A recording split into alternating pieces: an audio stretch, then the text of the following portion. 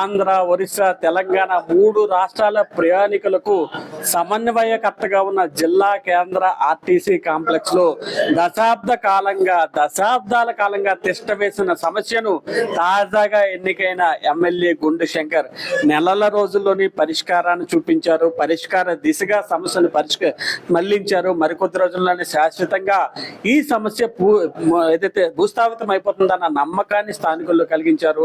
అసలు ఈ సమస్య గుండు శంకర్ దృష్టికి ఎలా వచ్చింది, ఎలా పరిష్కారం దిశగా ఆయన తీసుకెళ్లారు, ఆయన మాటలో తెలుసుకుందాం.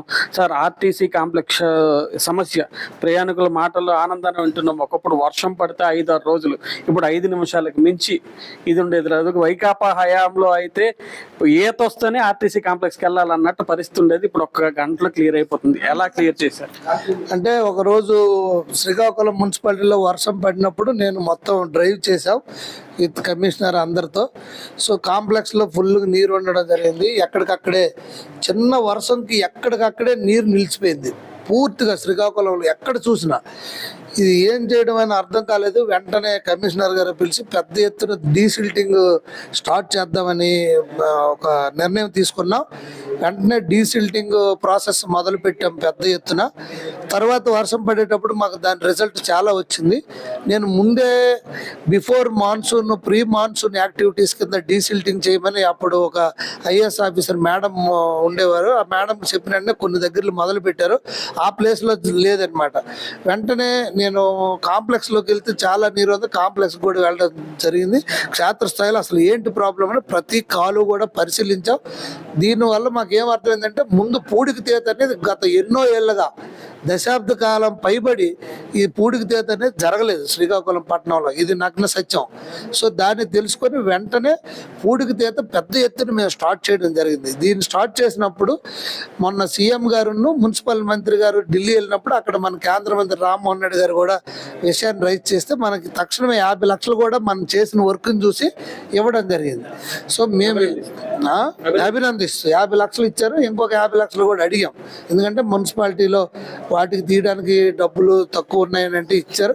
తర్వాత మళ్ళీ ఇంకా నీరు ఎందుకు నిల్చుంటుందని చూస్తే ఇంకా డీప్గా చాలా లోతుగా ఉందని అక్కడ ఆర్టీసీ అధికారులు చెప్పిన వెంటనే మొత్తం పూడికి తీయడం జరిగింది. పూడికి తీసిన వెంటనే ఇప్పుడు ఫంక్షనింగ్ బాగుంది. రేపు ఫ్యూచర్లో కూడా అవసరమైతే ఆర్టీసీ వెనకల నుండి అలా శాంతినగర్ కాలనీ వైపు ఈ రెయిన్ వాటర్ వెళ్ళిపోవడానికి అక్కడ కూడా మున్సిపాలిటీ వారితో కాంపౌండ్ వాళ్ళ నుండి అటు అంతా కూడా ఒక ప్రతిపాదన సిద్ధం చేయమని చెప్పాం.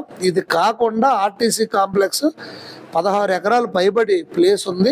దీన్ని పీపీపీ మోడ్లో కింద కమర్షియల్ కాంప్లెక్స్, అలాగే కళ్యాణ మండపాలు, అంటే ఇప్పుడున్న 25 ప్లాట్ఫామ్కి అడిషనల్గా ఇంకొక 50 ప్లాట్ఫామ్లు ఇచ్చి, అంటే ఫ్యూచర్ ట్రాఫిక్ కూడా దృష్టిలో పెట్టుకొని వాళ్ళకి 2 డిపోలకి అక్కడ గ్యారేజీలు కూడా ప్రొవైడ్ చేస్తూ కళ్యాణ మండపాలు కానీ అలాగే మల్టీప్లెక్స్ థియేటర్స్ కానీ ఇలాగ వచ్చేటి ఎవరైనా ముందుకు వస్తే పీపీపీ మోడ్లో ఇస్తే ఆర్టీసీ కాంప్లెక్స్కి మనకి ఆర్టీసీ వాళ్ళకి ఇన్కమ్ వస్తుంది. నెక్స్ట్ అక్కడ ప్లేస్ అంతా యూటిలైజ్ అవుతుంది. ఈ ఏదైతే డౌన్లో ఉంది ఇప్పుడు ఆర్టీసీ కాంప్లెక్స్ 3 అడుగులు డౌన్, రోడ్డు కంటే డౌన్లో ఉంది. రేపు అది కూడా ఇదైపోతే ఇంకా ఫ్యూచర్లో ఎటువంటి ప్రాబ్లం కూడా రాదు. ఈ ఫ్యూచర్ ఆలోచన బాగుంది. ప్రస్తుతం ప్రభుత్వం, కేంద్ర రాష్ట్ర ప్రభుత్వాలు ఇస్తున్న ప్రోత్సాహం కూడా బాగుంది. నాకు తెలియక అడుగుతాను, ఈ పూడిక తీతకు శ్రీకాకుళం కాంప్లెక్స్ వరకు అప్రాక్సిమేట్గా ఎంత ఖర్చు ఉంటుంది? ఈ పూడికి తీతకు ఆ కాంప్లెక్స్ ఏరియాలో అయితే నాకు తెలిసి 2-3 లక్షలు మాక్సిమం అయ్యి ఉంటుంది. గడిచిన వైసీపీ గవర్నమెంట్ లో ఈ ప్రాంతానికి మంత్రి హోదాలో ధర్మాన ప్రసాదరావు ఇచ్చేసారు. ఆయనకి 2-3 లక్షలు దొరకలేదా? ఎందుకు దశాబ్దాల తరబడి సమస్య ఉందంటారు? అది మరి నాకేం తెలుస్తుంది, మీరు ఆయనకే అడగాలి. ఇది మెయిన్ శ్రీకాకుళం మున్సిపాలిటీలో లోకల్ బాడీ ఎలక్షన్ అవ్వకపోవడం అనేది చాలా పెద్ద తప్పిదం. లోకల్ బాడీ ఎలక్షన్ అవ్వనందువల్ల క్షేత్రస్థాయిలో పరిశీలన చేయాలి ఎప్పుడు కూడా. నేనైతే అదే పనిలో 2-3 సార్లు రివ్యూలు పెట్టాను, వెళ్ళడం జరిగింది. అక్కడ అంతా పరిశీలించాం. సో నేను పరిశీలించి నేను ఫైండ్ అవుట్ చేసిన ప్రాబ్లం ఇది. దాన్ని ఇమీడియట్గా రెక్టిఫై చేయించాం. ఇంక ఇది రొటీన్ ప్రాసెస్, ఇంకా జరగాలి. ఇంకా చాలా ఇప్పుడు పెద్దపాటు రోడ్డు కూడా మీరు చూస్తుంటారు, గత 2 రోజులుగా ఇంకా జరుగుతుంది. మొత్తం శ్రీకాకుళం టౌన్ మొత్తం కూడా pre monsoon post monsoon activities చేయగలిగితే, అంటే మార్చిలో మనం ఫిబ్రవరి మార్చిలో మొదలెడితే మార్చి ఏప్రిల్ మే ఈ 3 నెలలు చేసేయాలి. మళ్ళీ జూన్ నుండి మనకి ఏం ప్రాబ్లం ఉండదు.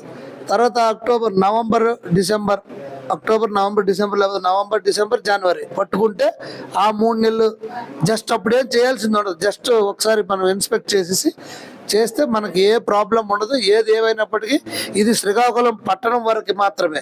శ్రీకాకుళం చివర కాలనీస్ ఏవైతే ఉన్నాయో అవి ఇంకా చాలా ఘోరాతి ఘోరమైన పరిస్థితుల్లో ఉన్నాయి. నేను వెళ్తున్నాను, అక్కడ ప్రజల నుండి కూడా పెద్ద ఎత్తున వినతులు వచ్చాయి. ఈ విషయాన్ని నేను రాష్ట్ర మంత్రి అచ్చెన్నాయుడు గారికి కూడా చెప్పడం జరిగింది. కేంద్ర మంత్రి రామ్మోహన్ రెడ్డి గారికి చెప్పాను, మీరు పెద్ద ఎత్తున నిధులు తెప్పించి శ్రీకాకుళం పట్టణాన్ని కానీ ఆదుకోకపోతే చాలా ఇబ్బందికి గురవుతాం. రేపు ఫ్యూచర్లో మనకి నాగావళి నది దగ్గర డైక్ కట్టారు, అది ఫెయిల్ అయినందువల్ల వింగ్ వాల్ లేనందువల్ల అక్కడ వాల్ ఒకటి మొత్తం అదంతా బ్రేక్ అయిపోయింది. సో అక్కడ శాండ్ బ్యాగులతో వేసాము, అది కూడా ఫ్యూచర్లో అక్కడ ఇమ్మీడియట్గా అది ఫ్లడ్ రిటర్నింగ్ వాళ్ళు కట్టకపోతే అది కూడా పెద్ద ఎత్తున ఫ్లడ్ వచ్చే అవకాశం ఉంది. మొన్న కలెక్టర్ గారి దృష్టికి కూడా తీసుకెళ్లాను. ఇంకా డ్రైనేజ్ వ్యవస్థ మెరుగుపరచాలి. మొన్నే ఫీజిబిలిటీ రిపోర్ట్ స్టడీ చేయమని ఒక టెండర్ కూడా కాల్ ఫర్ చేసాం. త్రూ అవుట్ శ్రీకాకుళం పట్టణం ఇంక్లూడింగ్ శివార ఏవైతే కాలనీస్ ఉన్నాయో అవన్నీ కూడా మెర్జ్డ్ పంచాయతీస్తో కలిపి ఒక అండర్ గ్రౌండ్ డ్రైనేజ్ సిస్టమ్కి ఫీజిబిలిటీ రిపోర్ట్ ఒకటి తయారు చేయమన్నాం. డిపిఆర్ కూడా తయారు చేయమన్నాం. అది పెట్టి ఎక్కడికక్కడే చిన్న చిన్న మినీ ఎస్టీపీ ప్లాంట్స్ పెట్టి మళ్ళీ ఆ వాటర్ని శుద్ధి చేసి ఎవరికి కావాలంటే వాళ్ళకి ఇచ్చేయడం, మళ్ళీ లేదంటే కాలనీస్కి వదిలేయడం. మొన్న ఎస్టీపీ ప్లాంట్ కూడా మధ్యలో ఆగిపోయింది. గత 5 సంవత్సరాలుగా దానికి ఏం పని అవ్వలేదు. అప్పుడు గవర్నమెంట్లో అయ్యింది, దాన్ని మళ్ళీ కంటిన్యూ చేసి ఎస్టీపీ ప్లాంట్ కూడా కంప్లీట్ చేస్తాం. ఈ డ్రైనేజ్ వ్యవస్థ బ్రిటిష్ కాలం నాటిది, దీన్ని ఇంకా బాగు చేయాలి. ఇదేదో ప్రస్తుతానికి ఫంక్షనింగ్ వస్తుందంటే సరిపోదు. ఇంకా ఫ్యూచర్లో హెవీ ఫ్లడ్స్ వచ్చినా మనకి రేపు పొద్దున్న ప్రాబ్లం లేకుండా ఉండడానికి ఇంకా సరైన మంచి ఆధునికమైనటువంటి డ్రైనేజ్ వ్యవస్థను మనం సిద్ధం చేసుకోవాలి. ఈ ఆలోచనలన్నీ బాగున్నాయి sir. Already pre monsoon post monsoon result కూడా ఇస్తుంది. శ్రీకాకుళం నగర వాసులు పెద్ద ఎత్తున హర్షాతిరేకాలు వ్యక్తం చేస్తున్నారు. సందర్భం వచ్చింది కాబట్టి ఇందాకే ఏదైతే కార్పొరేషన్ ఎన్నికలు అన్నారు, గుండు శంకర్ హయాంలో ఏమైనా జరిగే అవకాశం ఉందో, పరిస్థితులు కనిపిస్తున్నాయి ఆ విధంగా? తప్పకుండా నేను సీఎం గారికి డైరెక్ట్ చెప్పేశాను, సార్ ఇలాగంటే మీరు సిద్ధమైతే మేము రెడీ అన్నారు. కానీ ఈరోజు ఇక్కడ విజయవాడలో ఫ్లడ్ ఇవన్నీ ఎఫెక్ట్ అవ్వడం, యంత్రాంగం అంతా దానిపైన దృష్టి సారించింది. నాకు తెలిసి మా వరకు మేమైతే డీలిమిటేషన్ కొన్ని తప్పులు జరిగాయని దాని మీద కూడా మేము ఆయన సీఎం గారికి లెటర్ ఇచ్చాను. అది కూడా మళ్ళీ కన్సిడరేషన్ చేస్తామన్నారు. వాటిని కూడా మేము సిద్ధం చేసి మా తరపు నుండి అన్ని రకాలుగా మేము రెడీగా ఉంటాం. మున్సిపల్ తరఫున రాష్ట్ర ప్రభుత్వం ఇమ్మీడియట్గా యాక్షన్ తీసుకున్న వెంటనే ఎన్నికలకు వెళ్ళిపోవడానికి మేము అన్ని రకాలుగా రెడీగా ఉన్నాం. అంటే ఈ ఒక్క డీలిమిటేషన్ ఒకటి మార్చాలి, దానికి తగినట్టు వాటర్ లిస్ట్ ఒకటి రెడీ చేసుకోవాలి అంతే.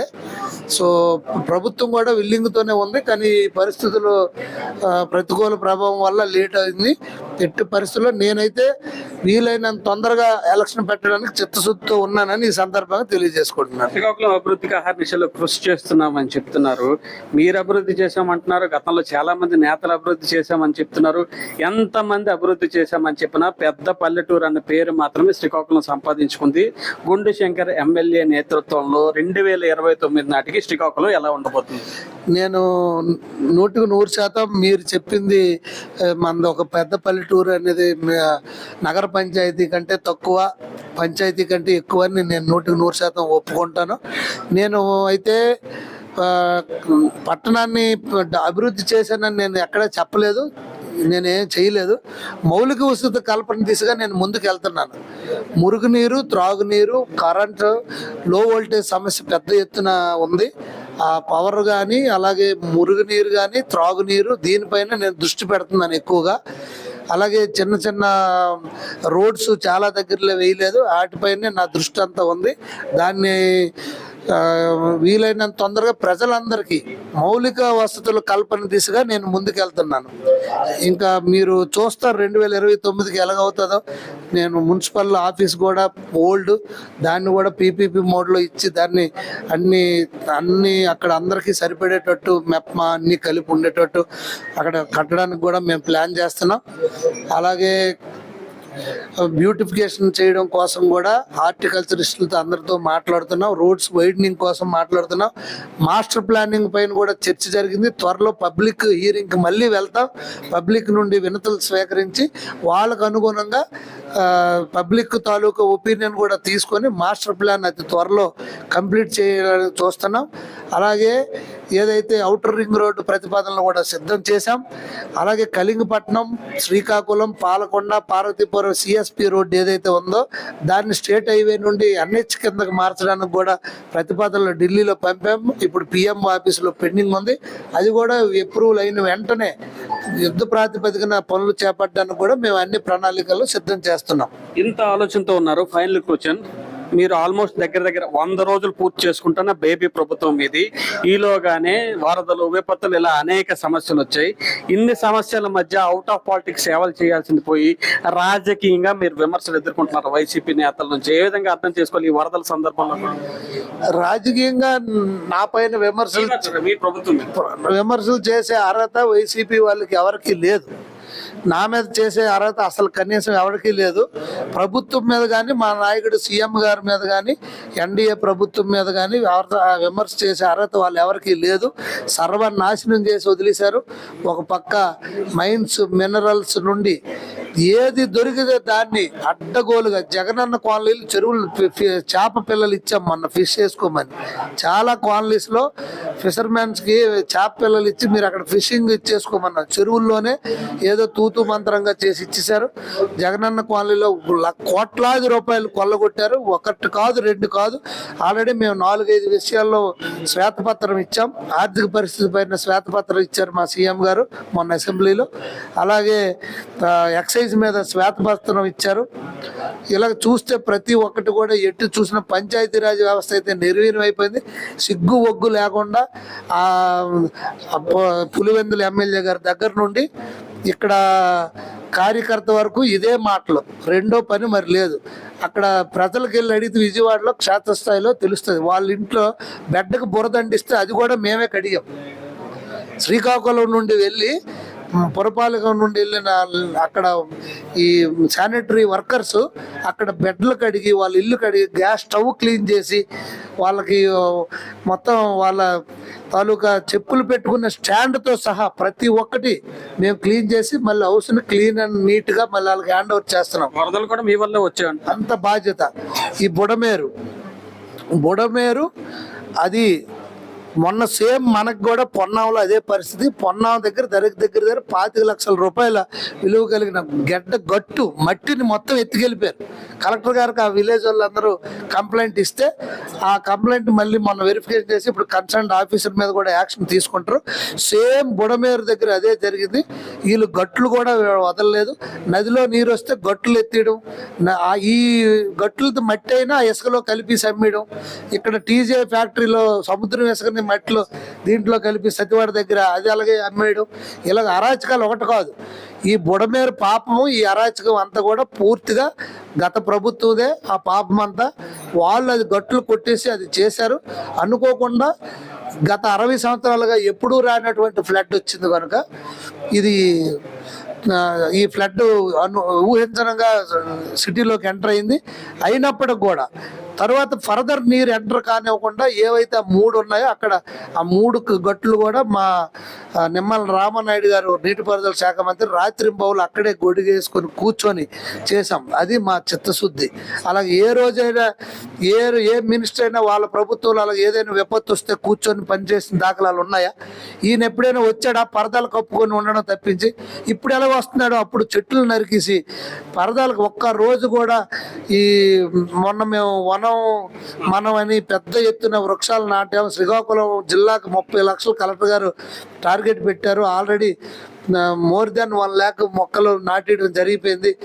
వాళ్ళు ఒక్క మొక్క నాటలేదు. ఉన్నవన్నీ అప్పటి సీఎం వస్తున్నాడని చెప్పి మొత్తం కొట్టేసి పరదాలు కప్పుకొని ఇప్పుడు ఎలాగ వస్తున్నాడు ఈ పులివెందుల ఎమ్మెల్యే చెప్పండి జనాల దగ్గరికి? అప్పుడేమీ రాలేకపోయాడు. ఎంత నాటకాలు, ఇదంతా ప్రజలు గమనిస్తున్నారు. సిగ్గు లేదు, కనీసం ప్రతిపక్ష హోదా కూడా ఇవ్వలేదు. ఇంకా వాళ్ళ సిగ్గు రావట్లేదు. ప్రజలు గమనిస్తున్నారు. ఒకసారి ఒక్క ఛాన్స్ అని దెబ్బతిన్నారు, ఇంకెప్పుడు ప్రజలు దెబ్బతినరు. అందుకు చాలా జాగ్రత్తగా ప్రతిపక్ష పాత్ర మీరు హుందాగా పోషించాలా. దిగజారుడు చౌకబారు రాజకీయాలు చేస్తే ప్రజలే బుద్ధి చెప్తారని తెలియజేస్తారు. ఇది శ్రీకాకుళం ఎమ్మెల్యే గుండు శంకర్ గారు చెప్తున్నమాట. ప్రస్తుతం రాష్ట్రం ఎదుర్కొంటున్న విపత్కర పరిస్థితులు వైకాపా సర్కారు నిర్లక్ష్యమే కారణమని చెప్పి ఆయన ఆరోపిస్తున్న పరిస్థితి.